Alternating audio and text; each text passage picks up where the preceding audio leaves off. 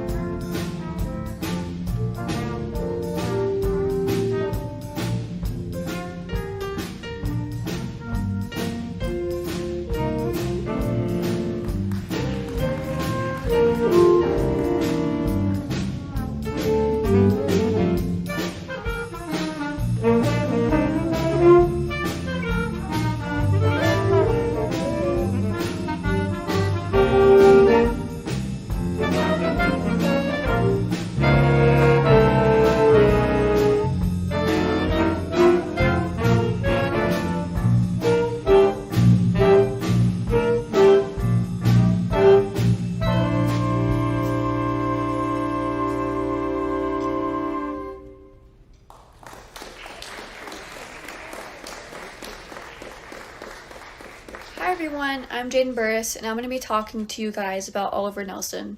If you may be wondering who Oliver Nelson was, he was a very famous American jazz saxophonist, clarinetist, arranger, composer, and band leader. Starting from a very young age, Nelson learned how to play the piano at the age of 6 and saxophone at the age of 11. In 1947, he started playing in territory bands in St. Louis before continuing his musical education at Washington University. He gained experience by playing in bands with famous American composers like Quincy Jones, Louis Bellson, and Duke Ellington. In the late 1950s, he started recording his own ensemble and became well known for releases like The Blues and the Abstract Truth, which was one of his very first albums. On this album was a song called Stolen Moments, which we play, and this helped his rise to fame. But sadly, Nelson died at the age of 43, but his music still lives.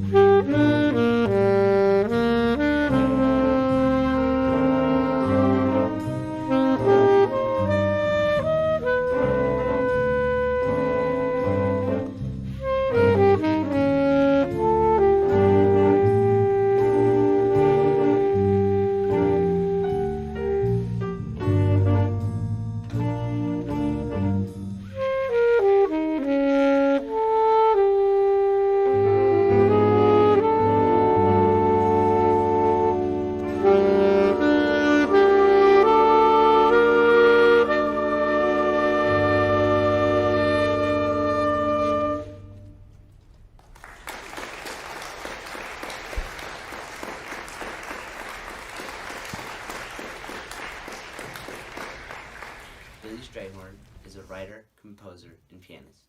He was born on November 29th, 1915, and died at the age of 51 from esophageal cancer on May 31st, 1967. He teamed up with Duke Ellington in the Duke Ellington Orchestra, and they wrote many songs together like Take the A Train and Satin Doll. As a committed friend to Martin Luther King Jr., Billy Strayhorn wrote the piece Fit the Battle of Alabama for the Ellington Orchestra in 1963. He lived a full life with his legacy still leading the way. So today, in commemoration, we're going to play his song, Satin Doll.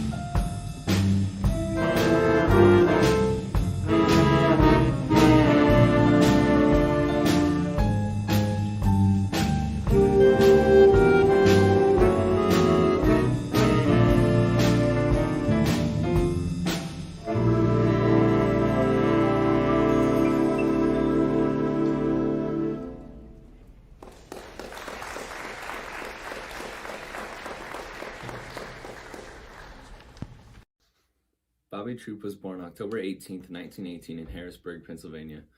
Bobby Troup had written a few songs by his early 20s, but was interrupted by World War II. He served as a Marine and composed songs in the band the Marines had. A song that he wrote was Take Me Away from Jacksonville. Right out of the Marines, he wrote Route 66, our Bobby Troup song tonight, and it was a huge success. Bobby Troup was also an actor on the side, but he was mainly remembered for and recognized by his written music.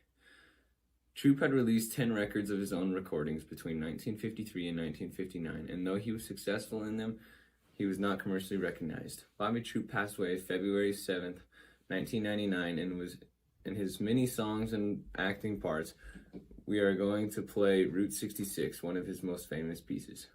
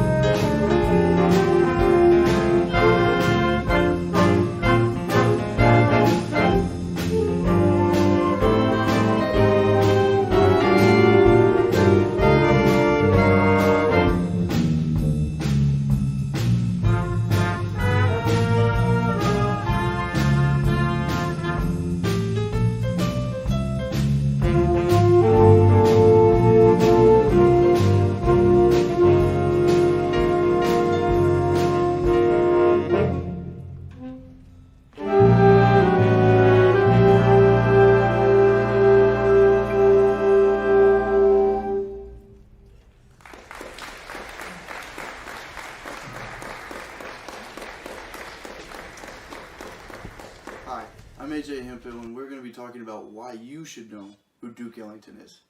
Duke Ellington was a jazz composer in the 1930s all the way up until his death in 1974. He is one of the originators of big band jazz, and even great artists like Cab Calloway have said thank God for Duke Ellington. He's collectively known as the father of big band jazz, and he wrote such songs as Satin Doll, Sea Jam Blues, and Don't Get Around Much, which we will be playing for you today. Duke won 12 Grammys in his time and 3 after his death, so his influence kept going even after he was long gone. His famous last words were, "Music is how I lived, why I lived, and how I will be remembered." Now you have an answer if anyone ever asks you who the greatest jazz composer is of all time. All you have to say is Duke Ellington.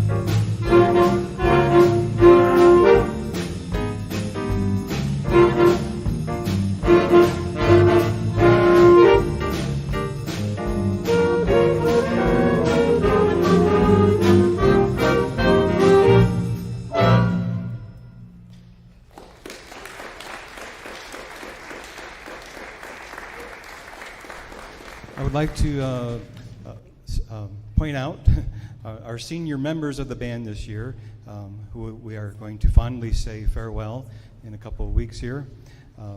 But it's been a pleasure working with them, and they've been great leaders in the group, and just wonderful character in all these people. So first of all, on alto saxophone, Kelsey Lind.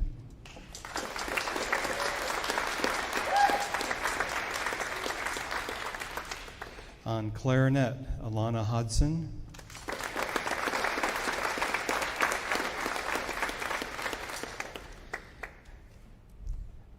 Who am I missing? Well, yeah, not AJ. Yeah, AJ joined band for the first time in 4 years, and he's done quite well. So AJ Hemphill.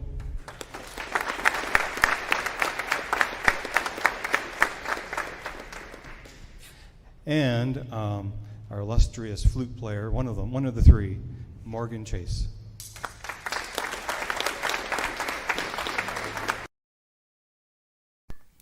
Jimmy Forrest was born on January 24, 1920. He lived in St. Louisville, Missouri for most of his childhood. Jimmy learned to improve his tenor sax skills in a local jazz band. He joined when he was only a teenager. Jimmy was very talented and played in very well-known bands, with Duke Ellington and Andy Kirk. He did this for about 10 years until 1951. That year he recorded the song Night Train with an all-star band. This song became a huge hit and stayed at the top of charts for 7 weeks. Jimmy then created his own jazz band and continued to write music. It was obvious that his preferred style of music was swing jazz. In 1958, he joined up with Harry Edison. Together they recorded 5 albums including Forest Fire and Soul Street. After a few years, Jimmy decided to spend the rest of his career in Count Basie's orchestra. He died on August 26, 1980. To this day, many different bands have played Night Train, and the song is still widely popular.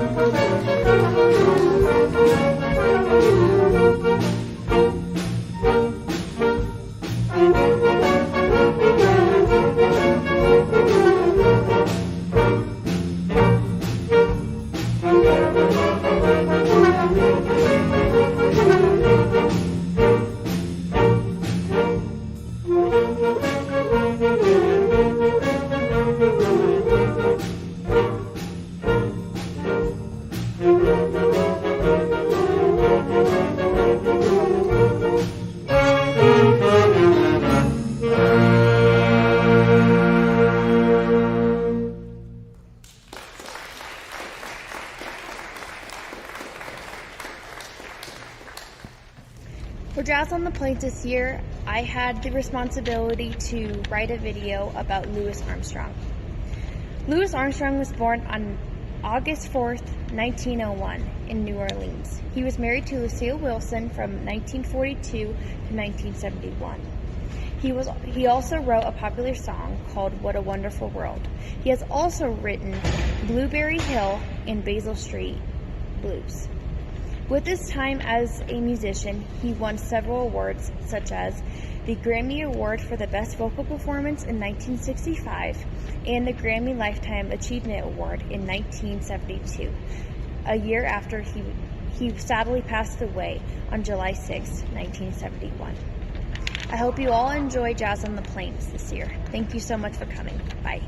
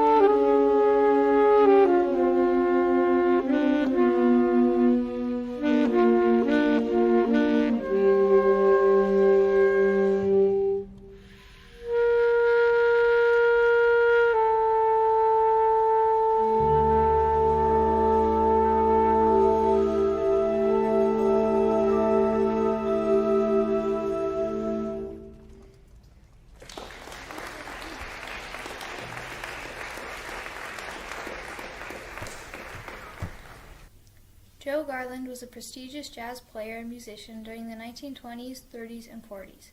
Joe Garland studied music at Shaw University, then began his career playing classical music.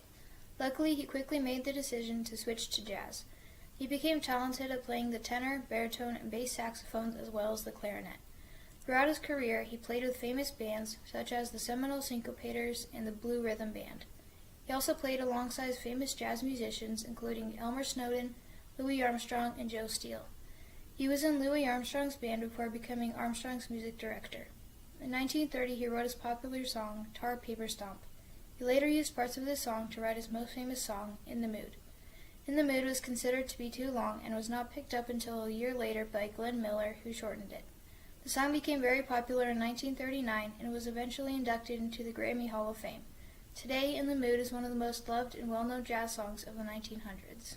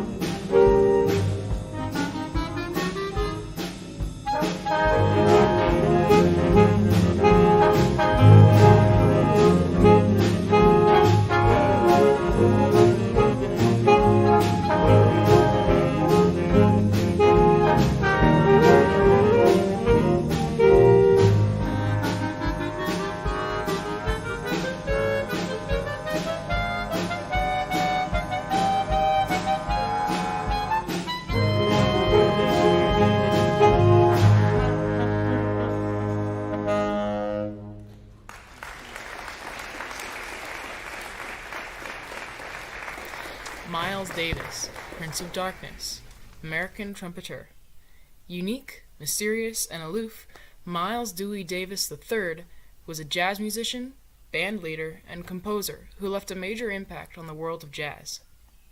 Miles was born on May 26, 1926, and started his musical education in his early teens, even playing with a few bands before moving to New York City in 1944. There, Miles attended the Institute of Musical Art, now known as the prestigious Juilliard. From there, Miles went on to work with several jazz legends, such as John Coltrane, Cannonball Adderley, Gil Evans, and Chick Corea. Over his musical career, Miles pushed the boundaries of known jazz styles and composition, resulting in several popular albums such as Kind of Blue, Sketches of Spain, and In a Silent Way. It wasn't until September 18, 1991 that Miles passed away due to pneumonia. In his 65 years of life, Miles cemented his name in stone as one of the most influential jazz musicians in history, along with Louis Armstrong and Duke Ellington.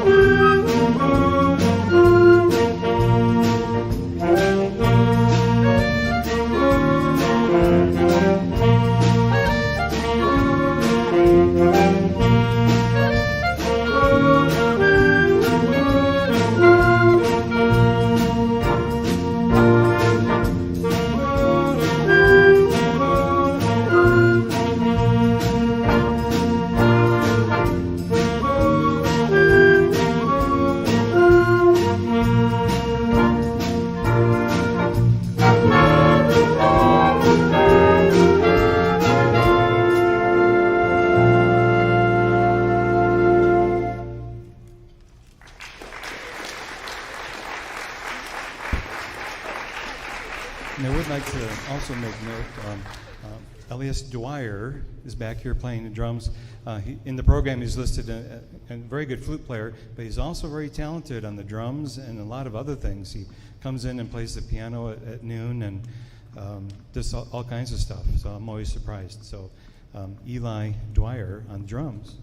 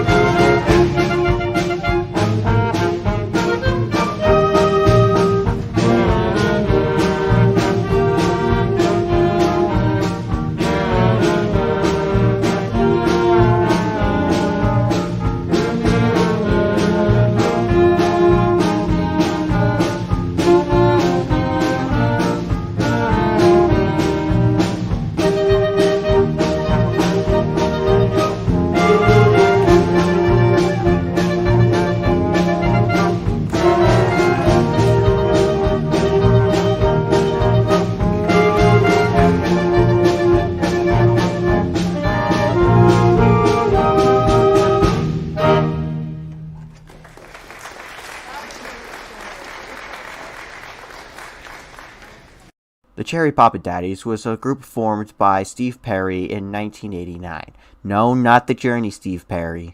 I already lost interest. They would stay pretty mellow in the spotlight until the late 90s with the swing revival track Zoot Suit Riot, which would sell over 2 million copies. They also had a plethora of other hits after, such as, I